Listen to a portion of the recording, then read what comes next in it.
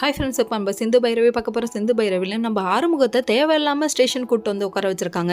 Sir, நான் ட்ரிங்க்ஸே பண்ணலை, ஏன் இப்படி பண்ணுறீங்கன்னு சொல்கிறாங்க. திடீர்னு அங்கே நடக்கிறாங்க, இங்கே நடக்கிறாங்க, குறுக்க குட்டி போட்ட போன மாதிரி 4 போலீஸ் நடந்துட்டு திடீர்னு வந்து நீ ட்ரிங்க்ஸ் அடிச்சிருக்கடா, மிஷினில் பாடுறா காமிக்குது, டே பேயே நான் ஊதுனா ஒன்றுமே நவுற மாட்டேங்குதுடா, நீ தாண்டா நவுற அப்படிங்கிற மாதிரி ஆயிடுச்சு. இவரோட ரியாக்ஷனு ஓவரால் கூட்டு ஓவராக பார்த்துட்டு இருக்க அப்படிங்கிற மாதிரி. இது வேணும்னே யாரோ பண்ணிட்டு இருக்காங்கன்னு சொல்லிட்டு நோட் பண்ண அவர் பல்லவி ஃபோன் பண்ணுறாங்க. அது எப்படி ஸ்டேஷன் கூட்டு போயிட்டா ஃபோனை பிடிங்கி வைக்காமல் இருப்பாங்களா? நல்லா வருவீங்கடா, கதையில் கூட கருத்தாக ஏதாவது சொல்லுங்கடா அப்படிங்கிற மாதிரி. கடைசியில் பார்த்தா நம்ம பல்லவி ஃபோன் பண்ண, இப்போ நீ ட்ரிங்க்ஸ் பண்ணிட்டியா, நீ வரமாட்டியான்னு சொல்லி கேட்க, கடைசியில் யாருக்கு ஃபோன் பண்ணிட்டாங்க? போலீஸ்கார அங்கிளுக்கு ஃபோன் பண்ணிட்டாங்க.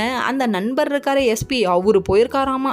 அவரு கூட்டிகிட்டு போயிட்டு நம்ம பல்லவி, ஓ அப்போ இது எல்லாத்துக்கும் காரணம் நீ தானாடா, டே காட்டெருமைக்கு பிறந்த காட்டெருமை, இப்படி நீ பிளான் பண்ணுறியா? கடைசியில் நம்ம பிகில் விஜய் மாதிரி வந்து இறங்குவா இருப்பார் அப்படிங்கிற மாதிரி. அதே மாதிரி கோட் ஷூட்டில் அதுக்கு தான் இப்படி பிளான் பண்ணுறாங்க போல். சரி பரவாயில்ல விடுங்க, அதை பிட்டு காப்பி அடித்தாலும் அந்த அளவுக்கு வராது, இருந்தாலும் ஓரளவுக்கு டச் பண்ணிடுவீங்க அப்படிங்கிற மாதிரி இருக்குது.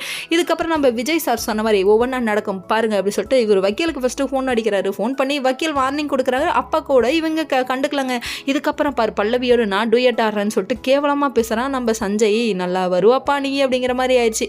இதுக்கப்புறம் இந்த சஞ்சயோட முகத்திரையை பல்லவிக்கு காமிச்சா மட்டும்தான் அந்த பிள்ளை சேராமல் இருக்கும்.